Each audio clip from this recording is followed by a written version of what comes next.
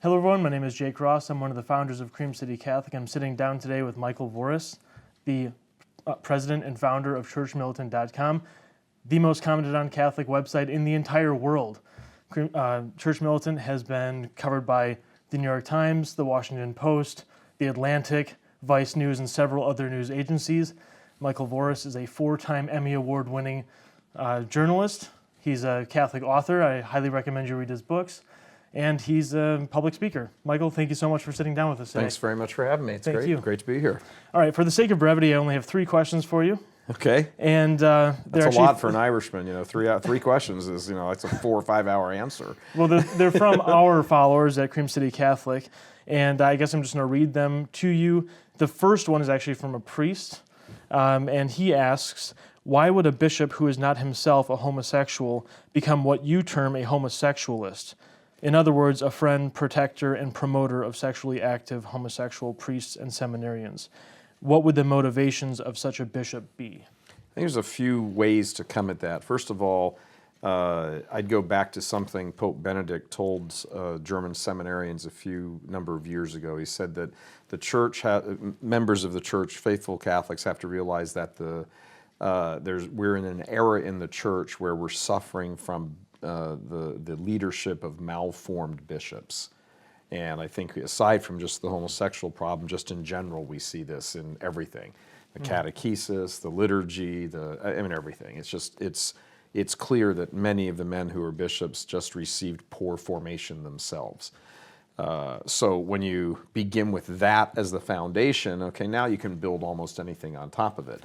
In the 1960s and 70s, when the clergy became sort of heavily infested with homosexual men in the seminaries, a lot of today's bishops, because for them this was their seminary days in the 60s and 70s, a lot of these men were, friends with, you sort of develop an association with or whatever, and you develop you're kind of willing to lay aside the integrity of the faith because it might be hurtful or offensive or whatever to these guys. And I think you develop a sense of, as you do in any kind of setting, you can easily develop a sense of camaraderie and interpersonal relationships and things like that. And I think good men always have some sort of sense of compassion about them, but you can have misplaced compassion. And I think on one level, that's what this is. There's a lot of misplaced compassion. And, because the job of a bishop is not to, coddle his priest, particularly a priest who has aberrant views of the faith. Right. The job of a bishop is to lead the sheep to heaven. And he's probably going to step on a lot of toes. And, of course, the history of bishopdom is they get martyred. So it's a matter of cowardice? I think it's a matter of cowardice. I think it's a matter of personal relationships. I don't mean sexually active relationships. I mean just interpersonal human dynamics. I think there's a number of things that sort of fold into that. They've got poor formation.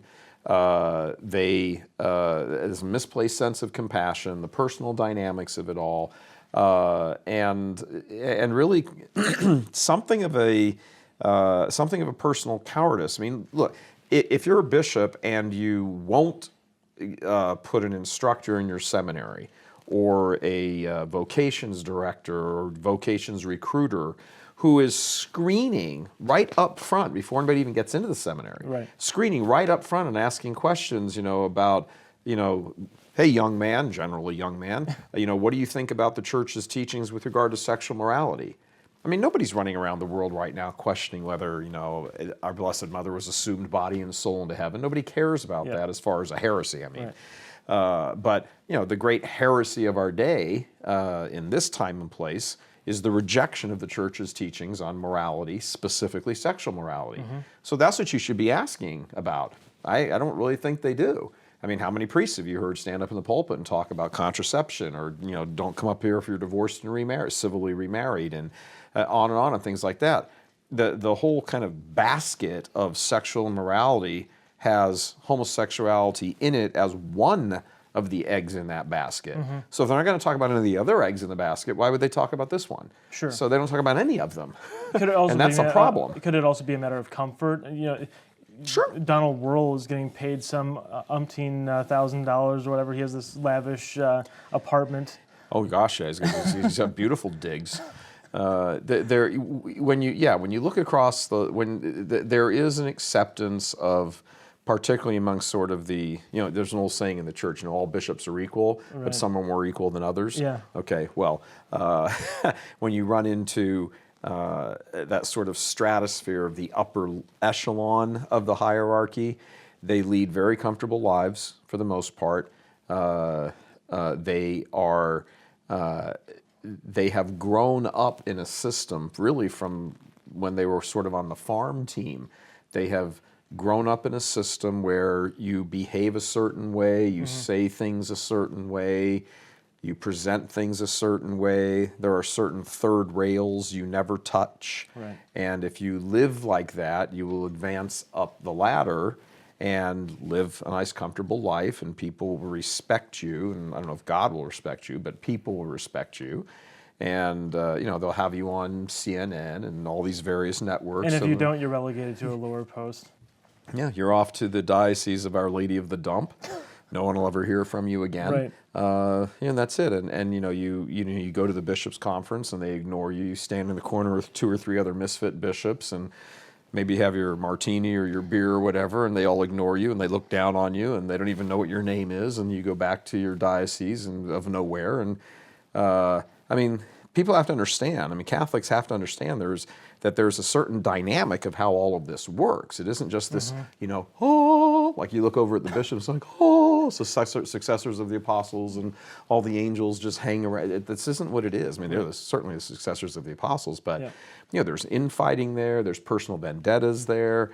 There's all kinds of things going on there. And we know that from the time of our Lord. He had to turn around multiple times and chop the apostles off at the knees because they were constantly infighting. It's kind of an unrealistic view, I think, most Catholics have of the hierarchy. They don't really have access. We don't really have access to that world. And as long as they're doing their job, fulfilling their vocation as bishop, we don't need access to that world. That's their world. They don't have access, and for the most part, to the world of the laity. Should we be trying to access ourselves to that world if they're not doing our job? Well, absolutely. I think Bishop Sheen nailed it when he told the Knights of Columbus in 1972 or 73, it's up to you, the laity, to remind the bishops to be bishops and the priests to be priests. And absolutely, I don't think that is overstepping our bounds. As a matter of fact, I think it's our duty to. Why would you not offer fraternal correction? Before the man is a bishop or before your pastor is a priest, he's a human being with a soul that has an eternal destiny.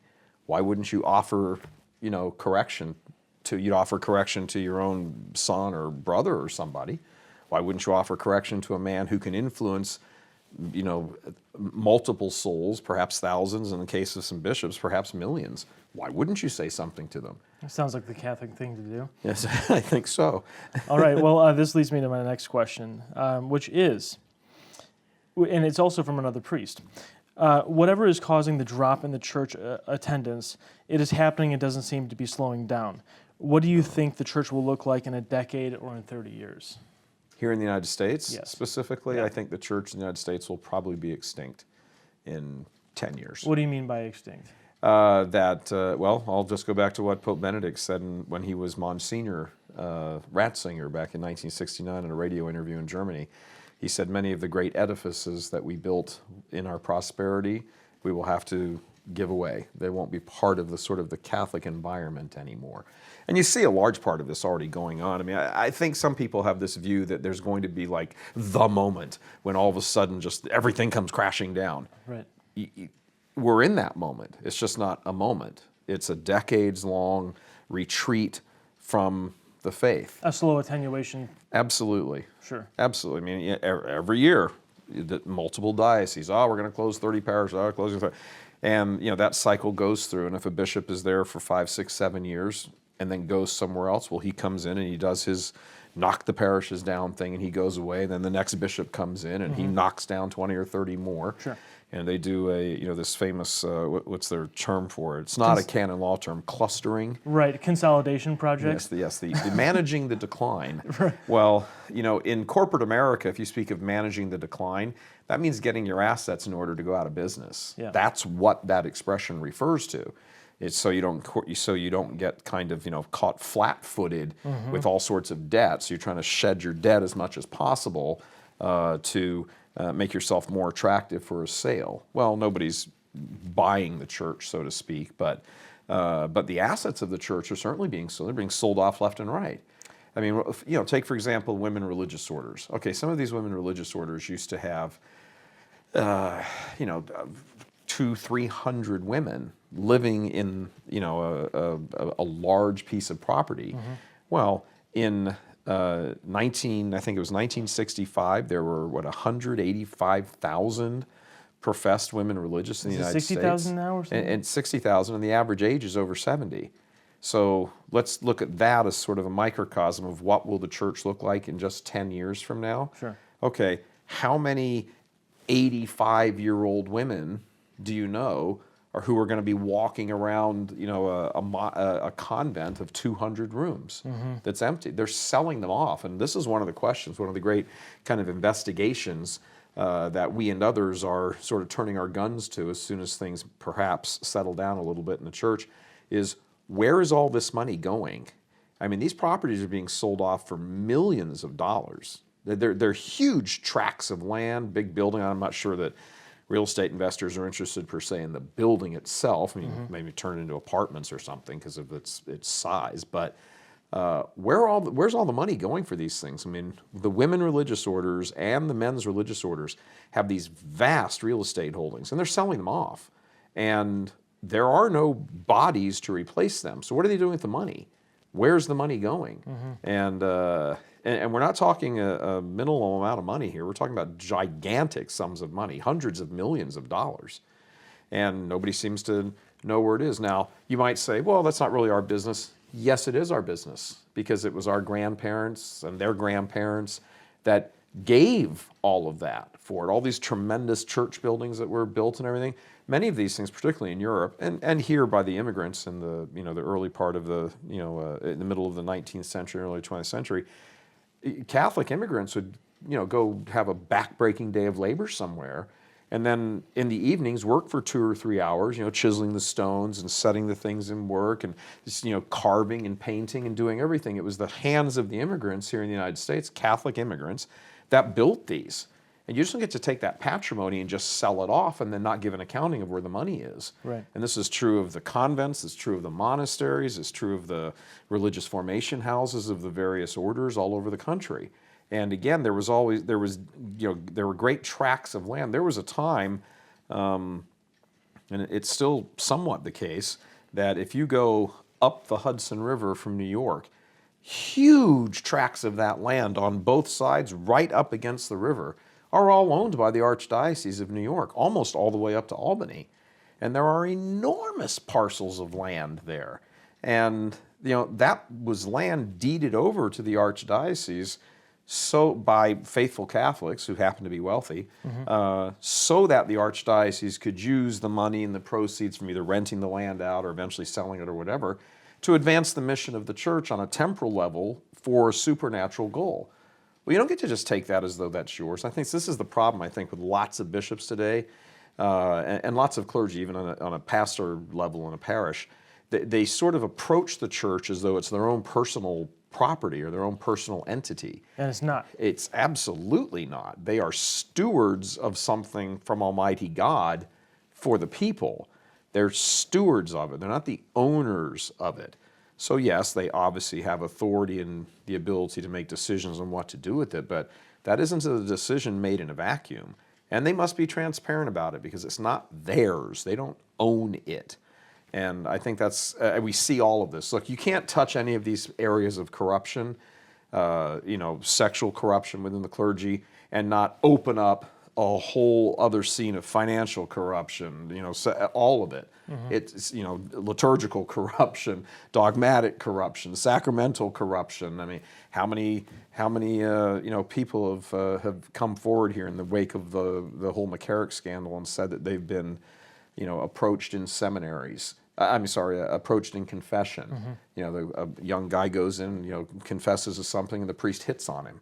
And we've heard, I've lost count of the number of times we've heard that. Sure. So I mean, there's corruption on every level. It really does come down to a question of purity, and not just sexual purity, but especially sexual purity. Which is why when Bishop McElroy of San Diego comes out and says, essentially, well, chastity is just one of the things, but it's not that big of a deal, and that's all these like traditional Catholics are always going on about it all the time. It's like, yeah, and there's a reason why. You're part of the reason why. It might cost you your eternal soul. Yeah. Just aside from that, you might be damned, but but make sure you take care of that climate change. Can you please contribute a little bit more to the collection basket on Sunday? Exactly. Last question. And this was actually when you were in Rome, one of the Vortex episodes.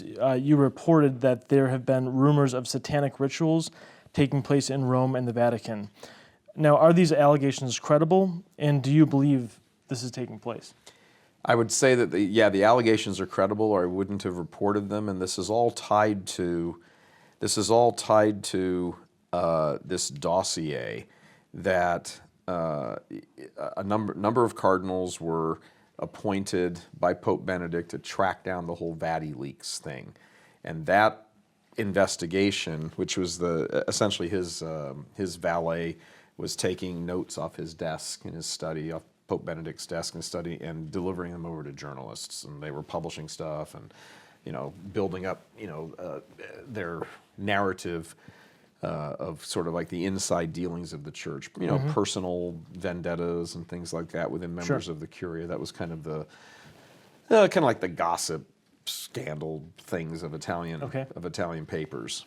And so they discovered, they did an investigation, they found out it was this guy. They put him on trial separately in the Vatican, and eventually Pope Benedict, he was found guilty, but Pope Benedict commuted his sentence and let him go, pardoned him. But in the course of the investigation, according to Italian media reports, the cardinals kind of stumbled across, while they were looking for this whole kind of homosexuality thing came up with various members of the Curia, or archbishops kind of hanging, like people in institutes around Rome. Now, was that part of the Coco Palmerio incident? Well, the Coco Palmerio incident is sort of a how would you phrase it? I guess it's kind of a set piece example of all of this run amok. Okay.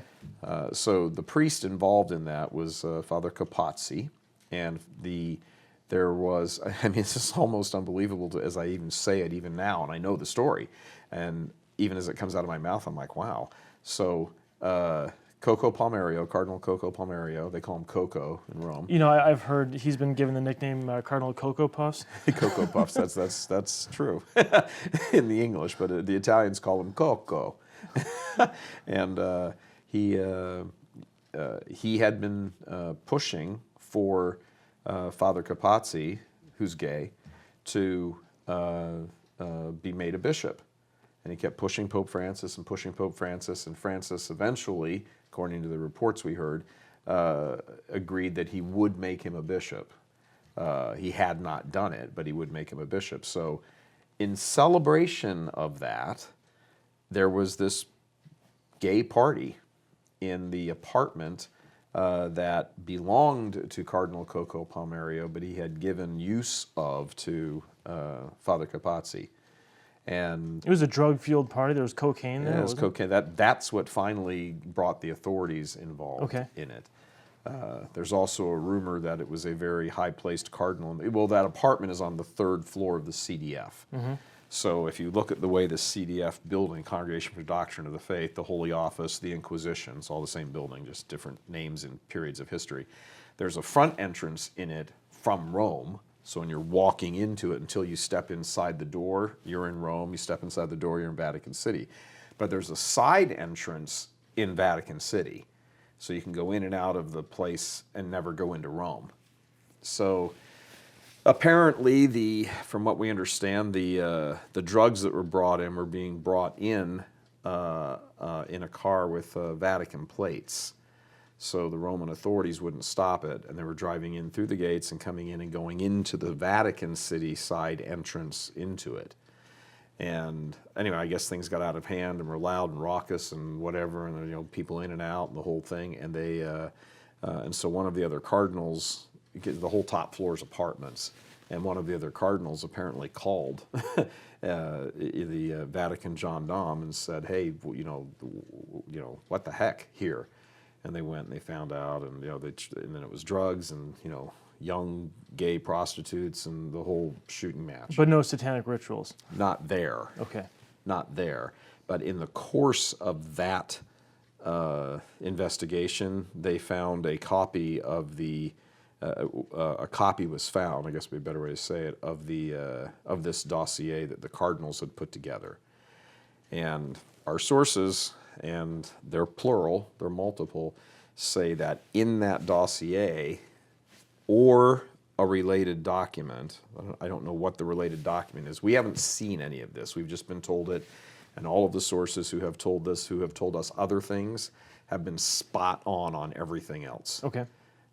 So I have no reason to doubt their credibility, but in other paper, in either the dossier or supporting or related documents, there are discussions of all sorts of satanic rituals and everything else. Now, I don't know if those are happening like inside the Vatican itself or various places in and around Rome with Vatican officials or people who are part-time Vatican. I don't know. Regardless, they're involved in it in some way or another. No, which again, while that sounds shocking and like, oh my gosh, nobody would believe this in a movie script kind of thing. It's just it's just so ridiculously over the top.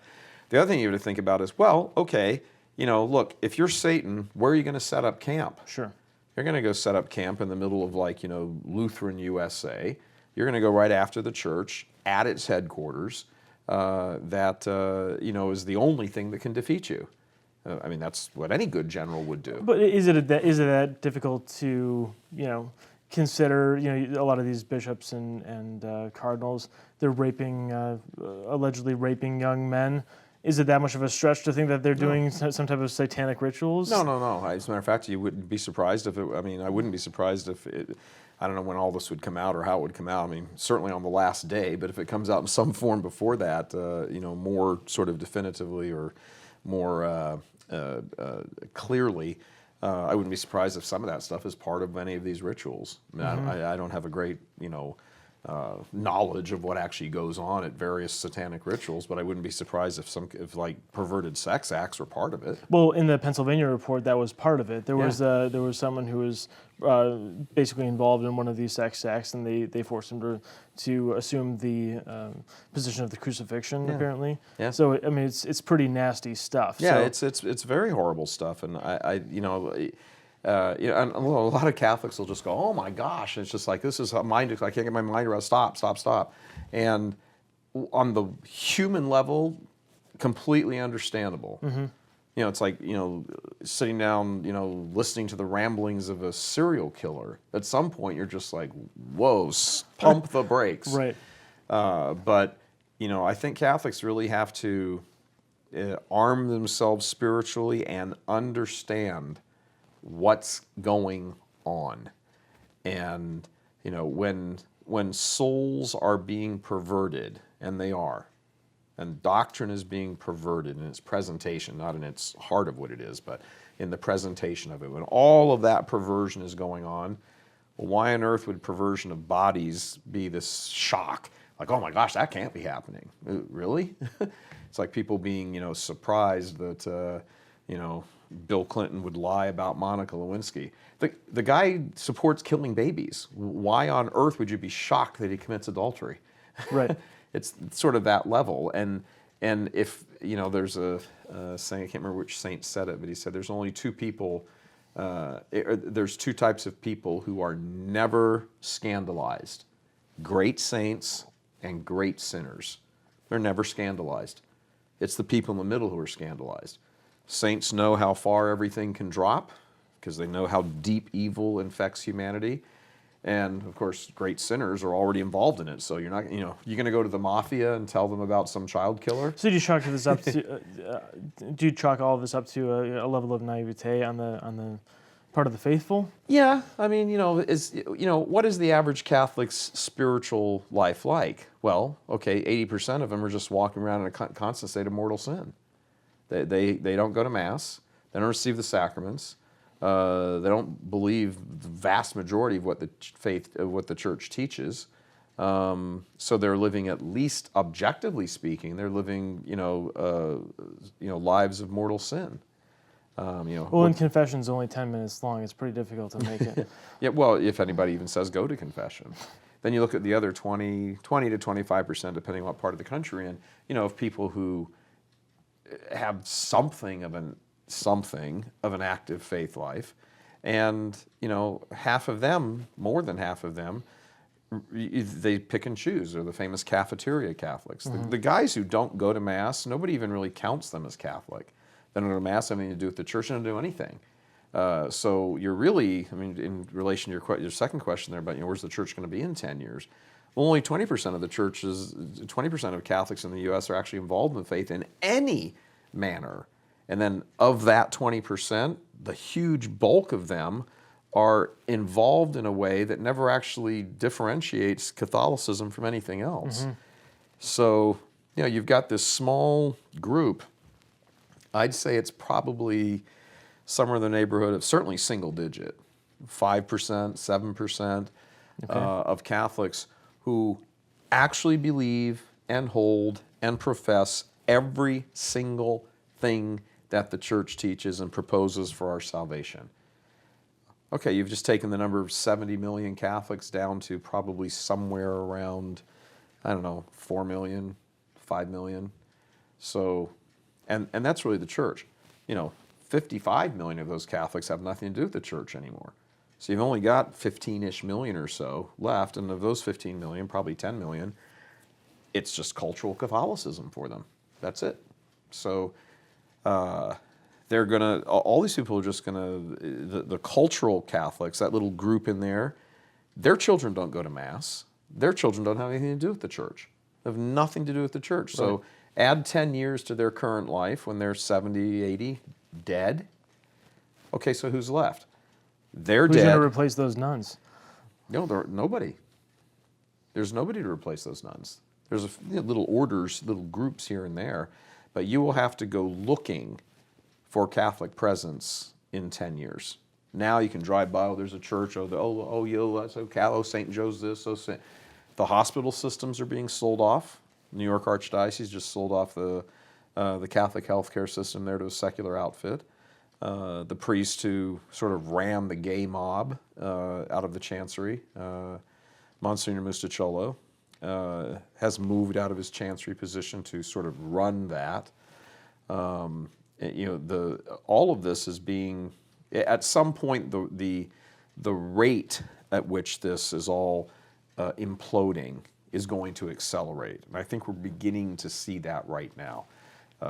Fewer and fewer Catholics. I'll use my father as an example. A faithful Catholic, and he's not here anymore. And he died when he was 88. Earlier this year.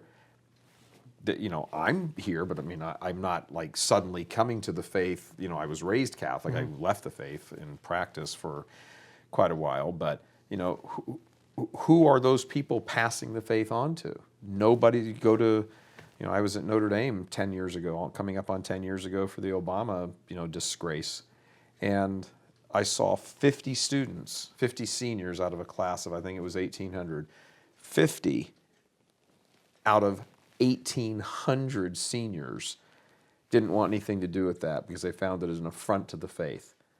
The other 1,750 in the basketball arena where the graduation ceremony or speeches were happening, a couple of people stood up in there and were like, you shouldn't be here, Obama signs. They got shouted down by the students.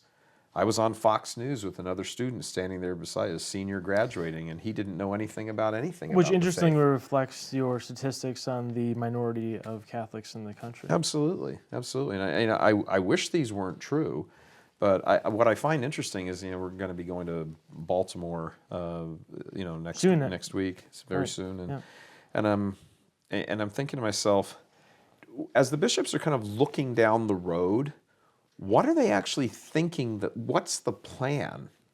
The plan, they all seem to be doubling down on the very things that have destroyed the church already.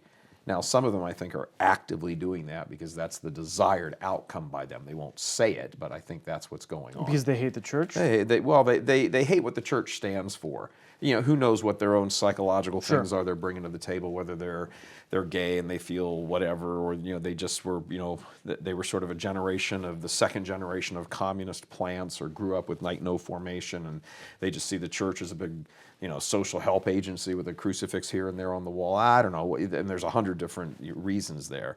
But the ones who are there who I think kind of believe something about the faith, they're ill-equipped. They're ill-equipped to lead the church.